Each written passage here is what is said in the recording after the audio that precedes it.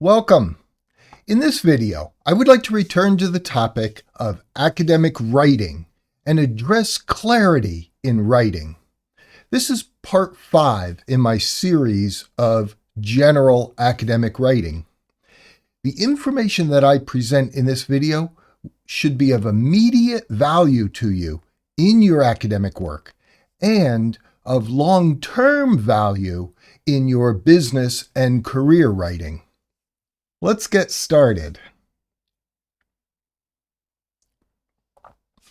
I'm going to use a Microsoft PowerPoint to help me keep on track. And I've given this presentation the subtitle, Getting to the Point Clearly. All right, what is clarity? I had a difficult time contriving my own definition for this word, particularly in regard to writing. So I relied on the Merriam-Webster online dictionary for a definition. The dictionary describes clarity as the quality or state of being clear, lucidity. And I said, wow, lucidity. That's not a word I frequently used. So I had to look up the definition of that word in the same dictionary. Lucidity is clearness of thought or style, a presumed capacity to perceive the truth directly and instantaneously. And then it occurred to me that lucidity and lucid have the same root, and then I was able to understand the definition of clarity.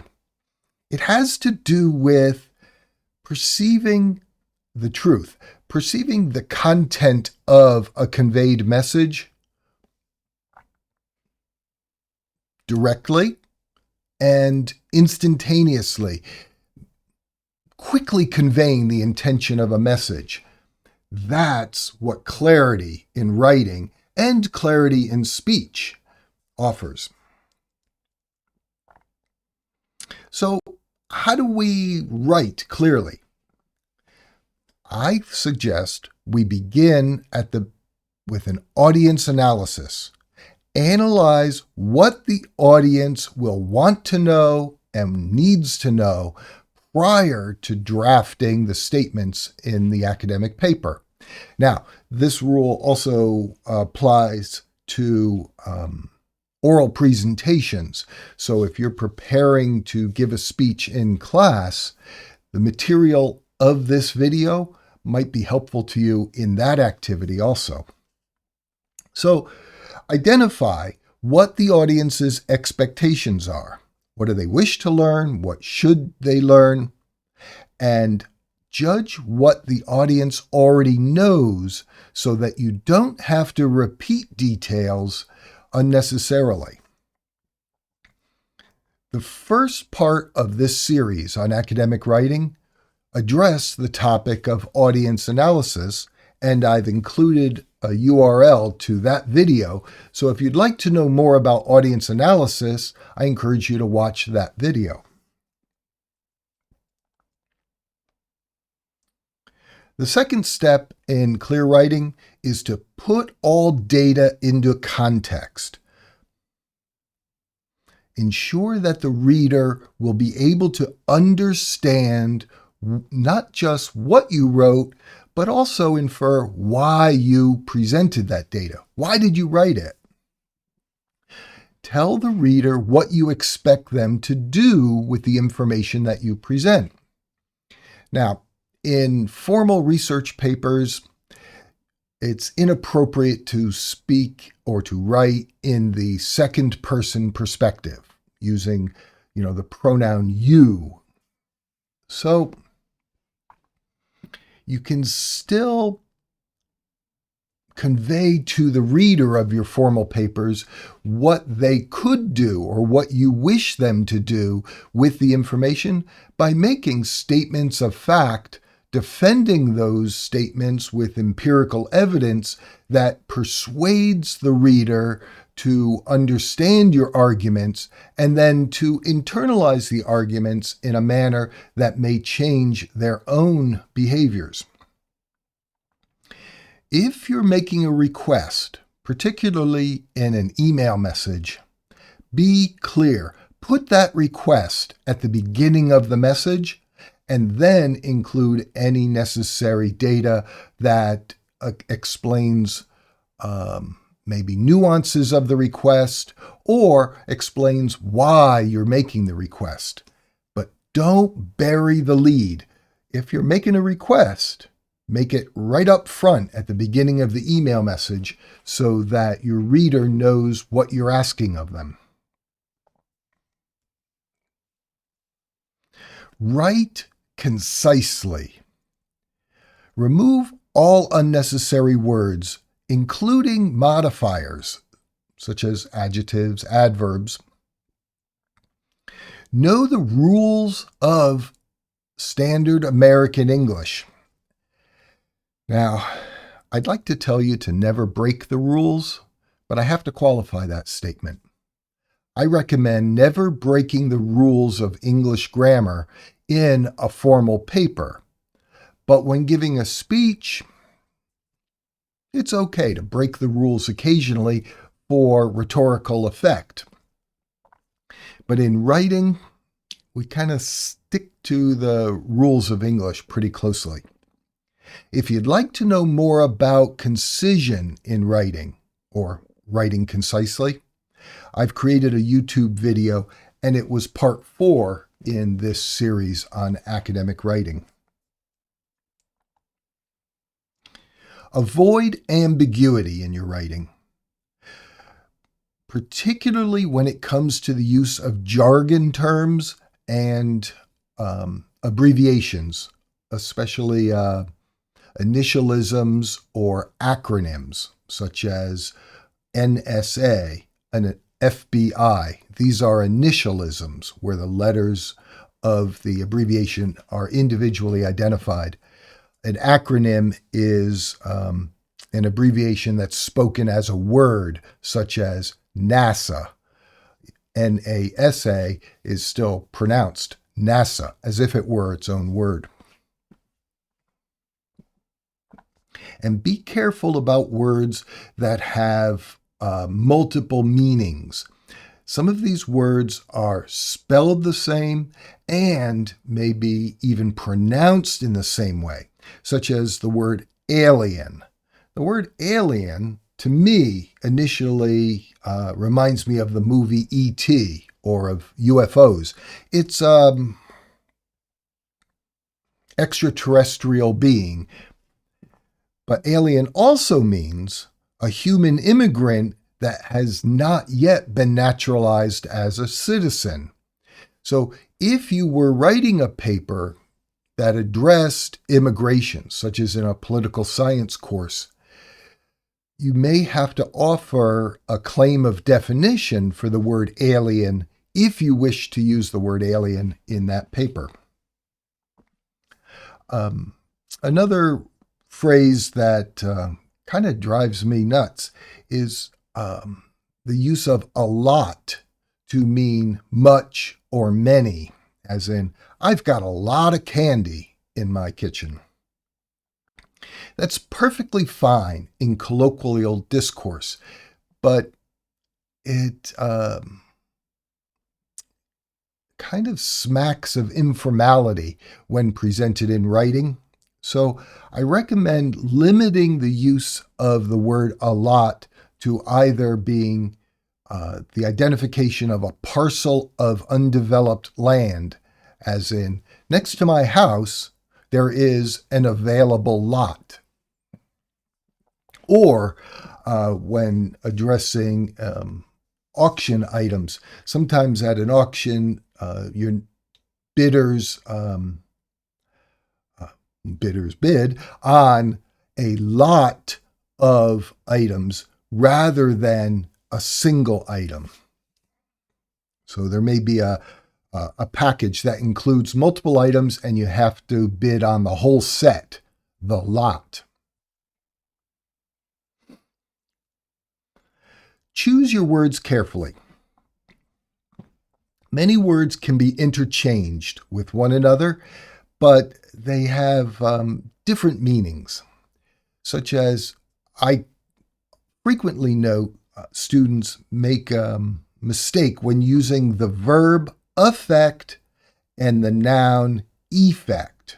Affect, beginning with the letter A, is to create a change in something, such as the trees in my yard were affected by the bad weather.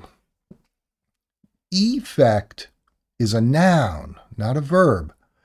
And it is the result of having been affected. As in, the bad weather's effects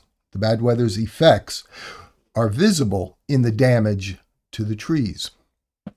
Now, the word effect with the letter E can be used as a verb, but it's not commonly used that way, except I used to observe it used that way in government writing when I was in the military.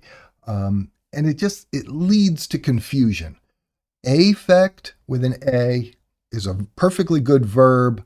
It's just potentially confusing. It adds ambiguity if we use the word effect with an E also as a verb. So I recommend using affect as a verb, effect as a noun. And avoid unnecessary jargon and technical terms, such as at the bottom of this screen, I've presented some words that could confuse a reasonably educated audience.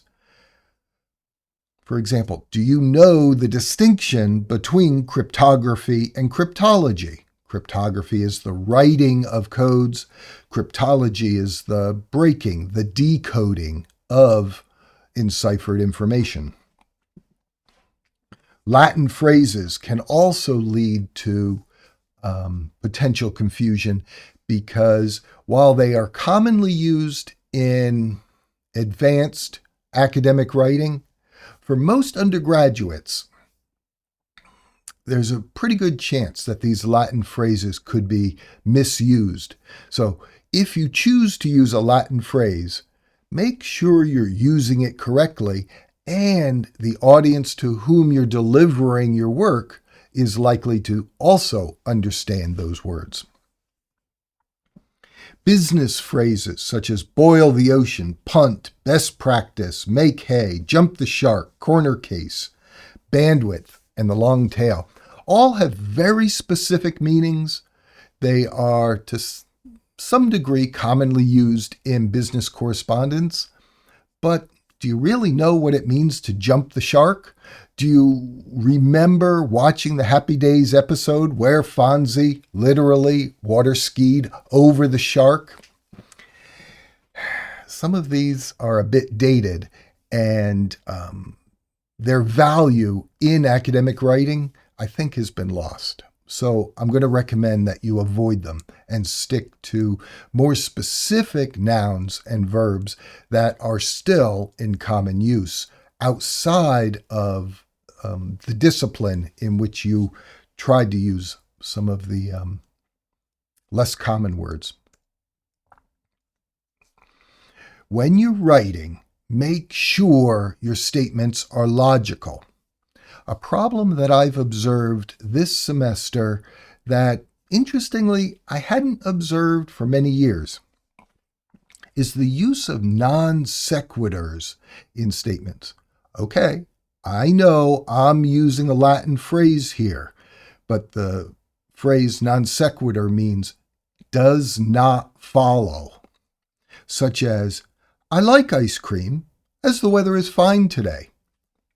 Grammatically, the statement is correct, but the weather has nothing to do with whether or not I like ice cream. Except maybe in the summer, I do like ice cream more on a hot day than I do on cold winter days, but that statement, the portion of the statement, as the weather is fine today, really doesn't logically follow from the initial clause, I like ice cream. Or Social media is used by everyone in 2022 by capitalizing on how people use it in business. That sentence is just kind of a word salad. It doesn't really mean anything. First off, social media is used by everyone in 2022. I don't think that's a true statement. I think it's a bit of hyperbole, and it probably requires a citation to some expert source anyway. And capitalizing on how people use it in business is not a description of how social media is used by everyone. And then another phrase that I often hear spoken, I don't see it written that often. It is what it is, meaning I can't do anything about it. I just have to accept the circumstances. That phrase bothers me because it doesn't mean anything. So I encourage you to drop that phrase from your vocabulary and definitely don't use it in writing. Write cohesively. Tie the ideas that you present in your papers together. Show how the material you present is related. Make sure that you start each paragraph with a topic sentence. Think back to your third grade writing classes when your elementary school teacher was teaching you how to write complete sentences and then organize them into a paragraph. You were taught at that time to put a topic sentence at the beginning of each paragraph. Now, if you're writing two paragraphs in which that are closely aligned, they cover exactly the same data, it is possible to substitute a transition phrase for a topic sentence. But in that case, the transition phrase or transition sentence is acting as a topic sentence, informing the reader that what comes in that paragraph is related to the information in the prior paragraph. And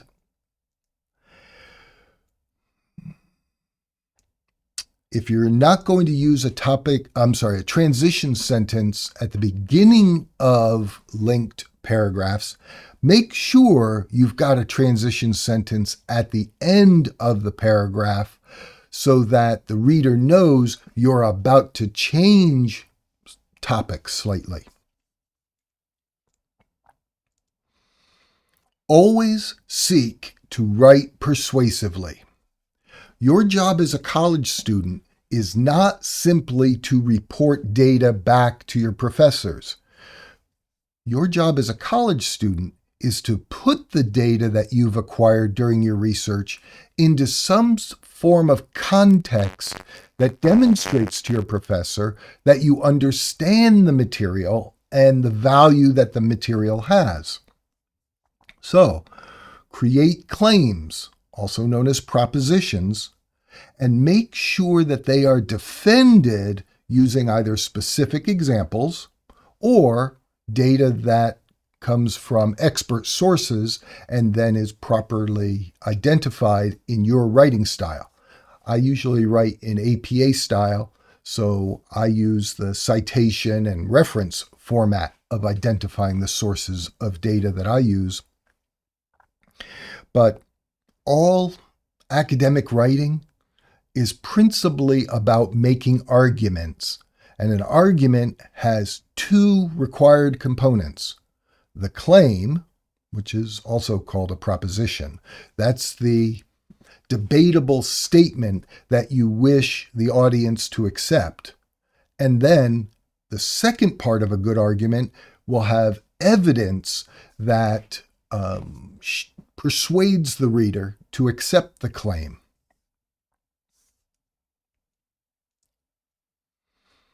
Make sure all of your statements and even your paragraphs are parallel in their construction.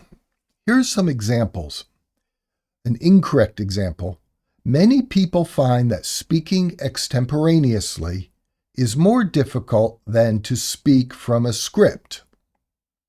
Now, you probably understand what that sentence means, but it's not parallel. To make that sentence parallel, we need to change the infinitive form of the verb to speak. We need to change it into the participle speaking, so that many people find that speaking extemporaneously is more difficult than speaking from a script. Or, employees must be able to take orders, use the cash register, and be able to answer customers' questions. So, here I've got the must be able to that already precedes take orders. So, to make this sentence parallel, I keep the be able to and then add take orders, use the cash register, and answer customers' questions. So, the employees must be able to verb take orders, verb use the cash register, verb answer customers' questions. Another example, Susan sought to find her wallet, phone, and her set of keys. That's incorrect because what did Susan really seek to find? Her wallet, phone, and car keys. So we have noun, noun, noun. Parallelism can be a little bit tough to proofread. So I encourage you, whenever you have a list of items, to look at each item individually, such as wallet, phone, car keys, and make sure that they are in the same grammatical form. Now, this bit of advice might stir up the fire a little bit, but I'm going to recommend that you use active voice whenever possible. I'm not saying don't use passive voice when it's necessary, but seek to write in the active voice as much as possible, because Americans prefer receiving information that's presented in the active voice, both in writing and orally. But passive voice can be useful when the actor in the sentence is either unknown or doesn't need to be identified because it can be reasonably inferred by the receiver.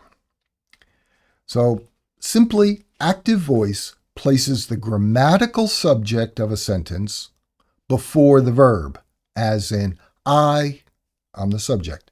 I like candy. The senior manager created a new employee handbook. Who created the handbook? The senior manager. So the senior manager comes before, precedes the verb, created. Passive voice reverses that and places the object of the sentence before the verb, as in, candy is liked by me. Now, that's a bit weird. I would never really speak that sentence, but the employee handbook was created, or the employee handbook was created by the senior manager. If it's important to state that the employee handbook is done, it's ready to be published, then the passive voice is appropriate. The employee handbook was done, or the employee handbook was written or was created. Perfectly fine. But if it's important to state who created the handbook, then I suggest writing the sentence in the active voice. The senior manager created a new employee handbook, or the new employee handbook. Here's some additional resources from my video library about active voice. Now, these videos address other topics also, but I went back through my library and I looked at each time I had addressed active voice in prior videos, and I came up with these 3 videos. What advice do you have that you want to share with other students? Please leave your comments below this video. Tell us, what changes have you made to your texts during your proofreading? What errors have you found in other people's writing that made you have to kind of parse out what the information that was presented in the message? Particularly, look at some of the email messages that you've received. Can you easily understand the message? And is the content presented clearly? By leaving your comments below this video, you'll be helping other students improve the quality of their writing by observing the challenges that you've had and the errors that you've noted. And maybe you can come back and look at the comments after a period of time and learn something new from what they've written.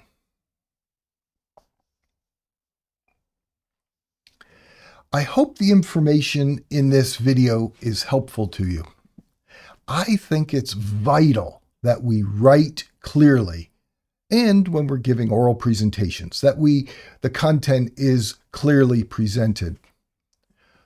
Understand what the audience wants to know and what the audience needs to know, and convey that information in the most efficient manner.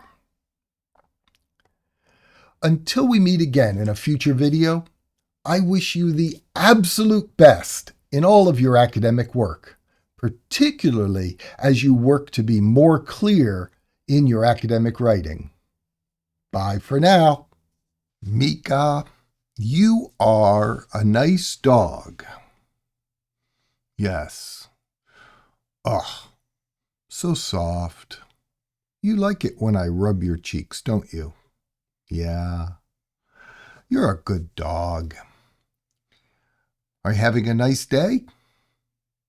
Yeah, I think you are. Today's a good day. Yes, very nice. And did we have a good walk this morning? We did. We had a good time. We saw a cat, many squirrels.